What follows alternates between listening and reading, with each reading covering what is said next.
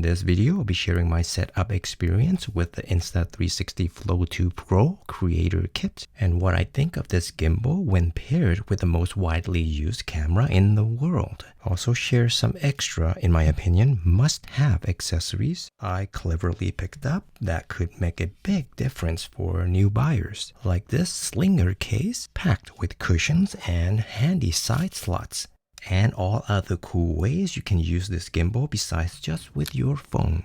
And what happens when your phone tilts awkwardly? I mean, what do you do then? Oh, and here's the big question. Can it keep up with an extra screen strapped to the phone? This is also a close-up look video, perfect for anyone still deciding if this gimbal is right for them. And I know I'm a bit late to the game owning this gimbal, but I'm intrigued by everything that it has to offer. Honestly, I never thought I'd be that guy buying a gimbal for my phone. But when I realized this is the camera I rely on the most, and the image quality now rivals some of my other gear, it finally makes sense to pick one up. I think I'm still a little embarrassed to use it. No matter, today I'm unboxing the Insta360 Flow 2 Pro Creator Kit. For anyone still on the fence about buying this video might just help you decide. This thing is actually smaller and lighter than I expected, and I know it's still folded. By the way, I do have affiliate links to everything you see here in this video. I do get a small commission if you purchase through them, and thank you for your support. Free tilt mode. Don't forget you can pause it at any time. And here they're saying, don't worry, we've got you covered no matter what phone you're on. Here's something really cool, Apple DockKit support. Basically, your iPhone camera and this gimbal now speak the same language, so tracking works right in the stock camera app. Quick start guide, Insta360 sticker, warranty info, and a pouch. I don't care much about the pouch because I have something much cooler later in the video. Now this, tell me it doesn't look like some kind of alien artifact. Sleek, futuristic. I'll definitely poke around with this more. Regular grip, tripod for stability, and a low grip for dramatic shots.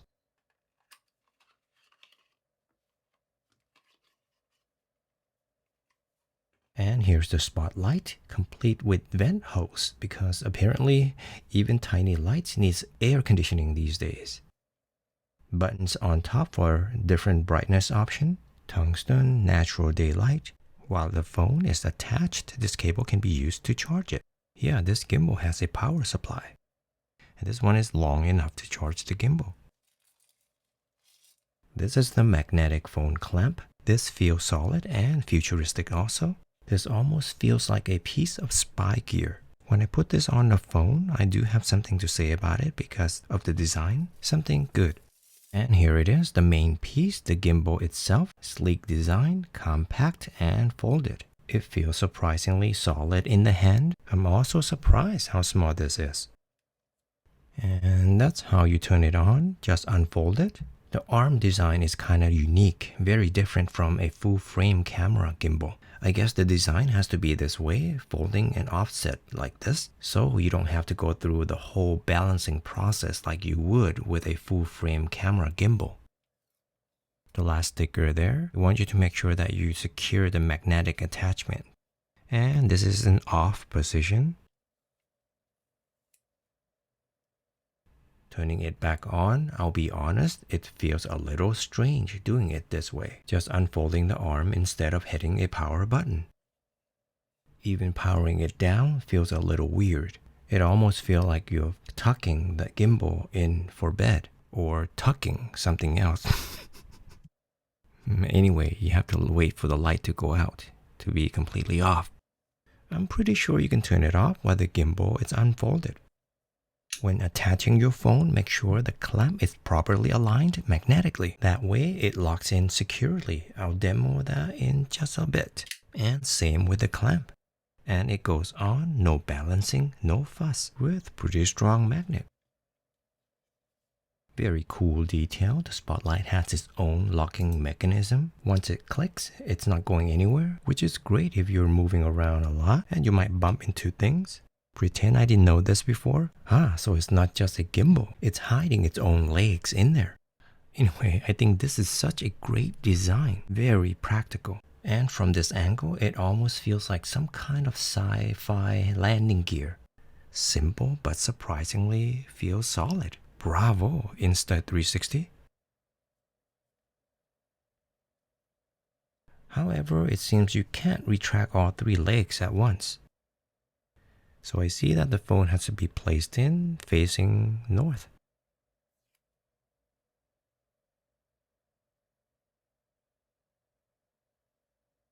Get rid of the residue here. Alright, next up, let's get the app.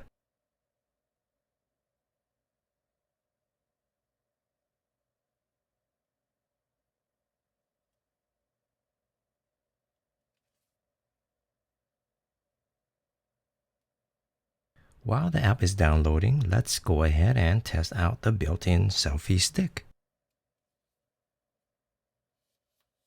Wow, pulling this out, it actually feels way sturdier than I thought. The friction's strong enough that to hold the phone at full length, which is impressive.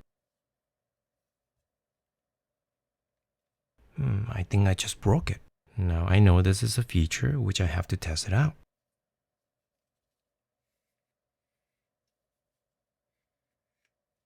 Wow, everything feels pretty good. The build, the friction, the modern, the futuristic looks. It's impressive, and the phone hasn't been attached to it yet.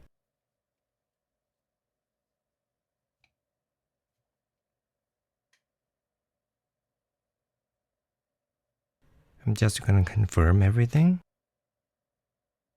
and allow everything, but not quite the notifications. Now I'll be using my magnetic adapter systems for both charging the gimbal and the phone. For the phone, I'll try it. I think when the 4 lights are solid, that's when it's full. Back to the app, I'm glad it's auto firmware update. The lights keep you entertained while it's updating.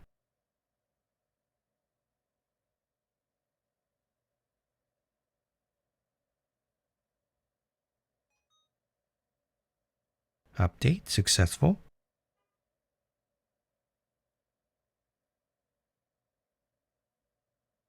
And activated. But you're not quite done. You have more content to download.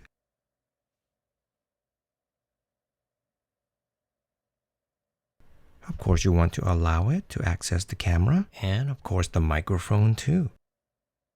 Okay, so activating this thing through the app, wow. It's like when you buy a new Windows 11 laptop before you even touch the desktop. You have gone through 27 setup screens and aged 2 years. And we're not even done yet. Wow. Insta360, if you're watching, one thing I'd like to see improved is the setup process. Would be awesome if you can simplify this in the future. Just one more button. Yes. Double press to recenter the gimbal. I'm learning this right now for the first time. Press the switch button twice to change the phone orientation. Of course, it's better when the phone is attached.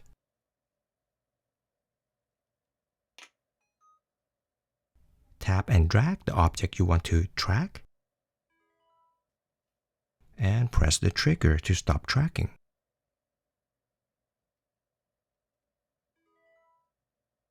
Press the red button to start recording. There is recording. Of course, press it again to stop recording.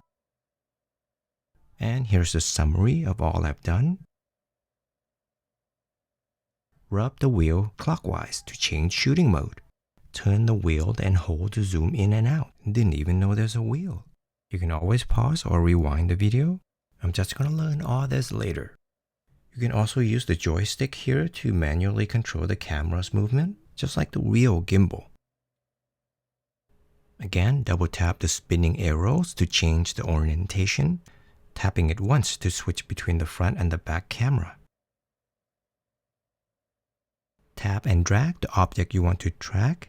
Press and hold the south button to turn the gimbal off. The phone itself should still be on, of course. The gimbal shouldn't have the power over that. You can always break its arm to turn it off also. But don't worry, I'm sure it's built to survive that kind of abuse. I found the easiest way to remove this alien artifact is to pull out the ring first. I've used all kinds of phone clamps on selfie sticks and tripods, and they're usually kind of annoying. This one though, it curves around the buttons, so no matter where you clip it, you're not pressing anything. That's genius. That's just smart design. Super job, Insta360. And with the cushion inside, chef's kiss, perfect touch. So this is how I'm going to charge it from here on, using the USB-C magnetic adapter. And when you see that full light, that's when it's fully charged.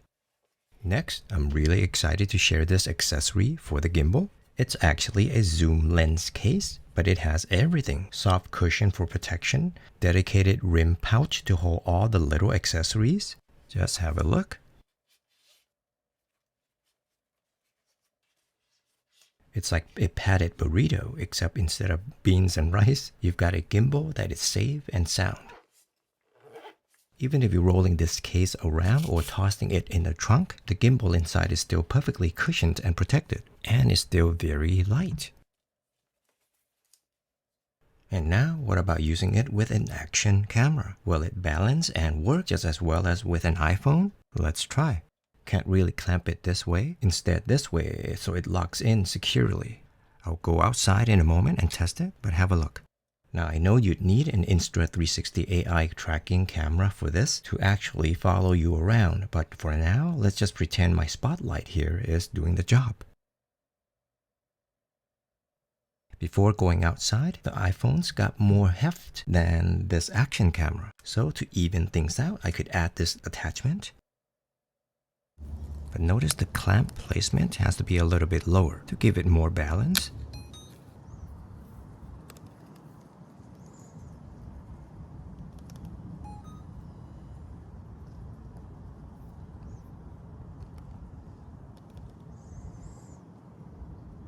This action cam is more for a beginner-friendly budget option. If you're curious about it, I actually have an entire video on this action cam. You'll find a link down in the description, or you can just click the YouTube card up here.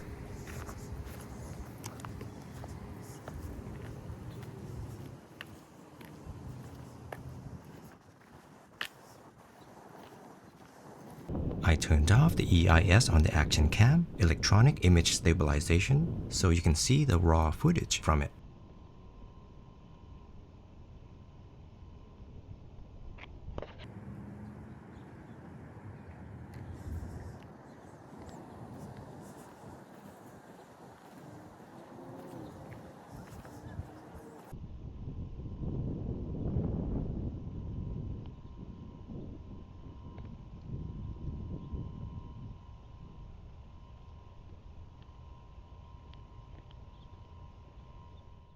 Now I just want to test out the spotlight. I probably won't be using the spotlight much unless Apple decides to surprise us with an iPhone that has an f1.2 full frame equivalent lens. Until then, I'll just stick with natural light. Now watch me use NFC to instantly connect and activate Apple DockKit. This enables the gimbal to work seamlessly with compatible apps and even the iPhone's native camera app, keeping your subject perfectly framed and centered like their Insta360 app. When I can, I like to use the native app for simplicity. It's a little slow connecting and activating it, but I appreciate it. Configuring accessory for first time use, this may take a few moments. This is basically in real time. Why is it moving so slow? Maybe it's just because this DockKit technology is still new?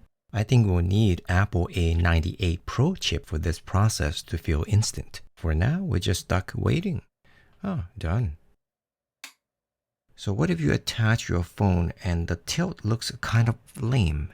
Don't worry, it's not broken. All you have to do is slide the phone forward or backward in the clamp until it feels balanced. And there you go. For tracking, press the trigger once according to the instructions, and you'll see the green light flashing slowly. I'm moving my head left and right now. Nice. Now for this next part, I'm really curious. This is a magnetic phone vlog monitor screen that attaches to the back of the phone. The affiliate link is in the description, so I can actually see what the rear camera is recording. Before I attach it, take a look. This clamp is really well thought out. The padding here actually keeps the screen safe from scratches. So if you ever want to flip your phone around and mount it this way, you don't have to worry about it getting scuffed. Moreover, as mentioned before, it curves around the buttons and won't even touch them.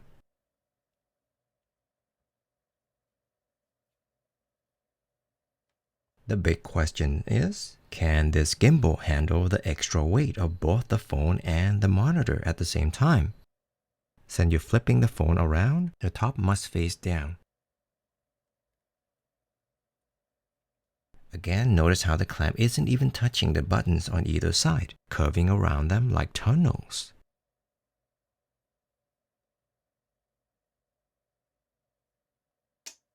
See, that's exactly why they slap that sticker on there, so you don't forget to double check the clamp is secure. Well, that answers the question, I think. To flip it right side up, there's a button for that.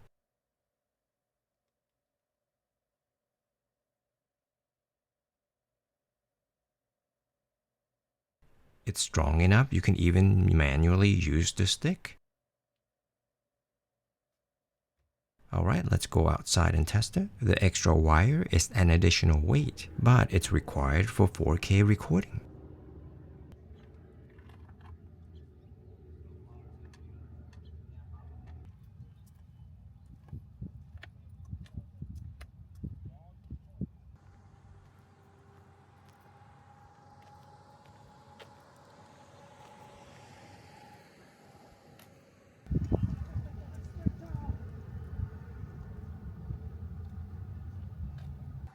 I have no idea why I didn't smile. And if you're wondering, I can see the screen clearly. I'm not really going to be using this setup unless it's sitting on a table tracking me. Now let's look at charging and using the phone on the gimbal simultaneously.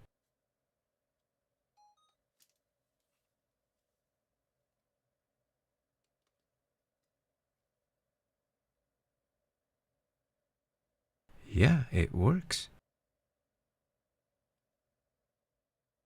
One last test.